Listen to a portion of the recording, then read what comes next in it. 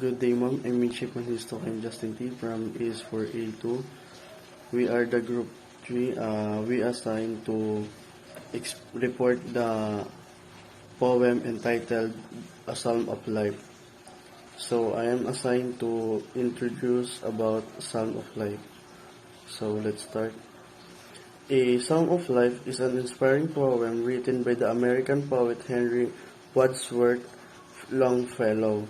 The poem was first published in the October 1838 issue of the Knickerbocker or New York Monthly Magazine, a magazine published in the New York City. A psalm is a religious or sacred song or hymn, in particularly any of those contained in the biblical book of Psalms and used in Christian and Jewish worship. But here the meaning of a song of life is a song of life where the poet glorifies life and its possibilities.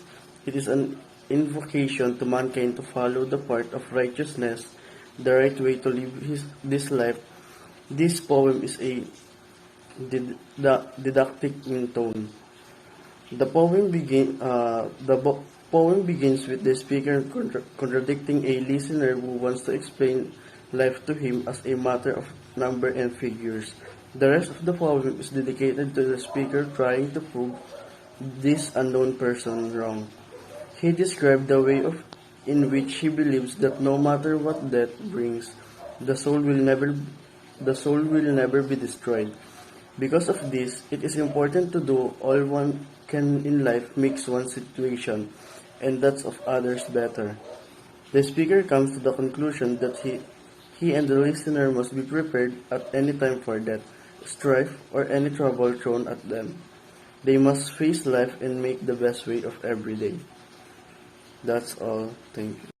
The short information of the author of the story is the author is Henry Wadsworth Longfellow, born in February 27, 1807 to March 24, 1882. Longfellow was an American poet and educator, and the first American to translate Divine Comedy of Dante Alighieri. His major poetry collection were Boys of the Night in 1839 and the Ballads and the Other Poems in 1941. He focused in writing when he retired from teaching 1854. He wrote many lyrics poems known for their musicality and often presenting stories of mythology legend. He became the most popular American poet of his day and also had success overseas.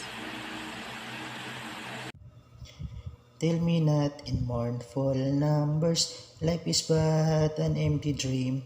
For the soul is dead that is slumbers, and things are not what they seem. Life is real, life is earnest, and the grave is not its goal. Thus thou art to dust returnest, was not spoken of the soul. Not enjoyment and not sorrow is our destined in our way, but to act that each tomorrow find us farther than today. Art is long and time is fleeting, and our hearts, though stout and brave, still like muffled drums are beating funeral marches to the grave. In the world's broad field of battle, in the bivouac of life, be not like dumb driving cattle, be a hero in the strife. Trust no future, however pleasant, let the dead pass before its dead. Act in the living present, heart within, and God overhead. Lives of great men all remind us we can make our lives sublime, and departing leave behind us footprints on the sand of time, footprints that perhaps another sailing or life solely made. A forlorn and shipwrecked brother, sing shall take heart again. Let us then be up and doing with a heart for any faith, still achieving, still pursuing, learn to labor and to wait. The poem A Sound of Light. The poet sees light from an optimistic outlook. To him, this life is full of possibilities, as we can achieve higher goals by making the full use of our time and by working hard. And of course, by keeping faith in the power and potential of life. He does not have faith in those who hold the pessimistic view of life. Throughout the entire poem, the poet Longfellow conveys his view of life, instructs the readers to make the most out of this life, and inspires us to participate in the work and activity of life. I am Jamie Oxomineno from NES482, and this is the application in contemporary life in A Psalm of Life. Good day, Mama. I am Midshipman Hewitt Jr. Misael D. from AS482, and today I was assigned to the application of the content of the poem to contemporary life.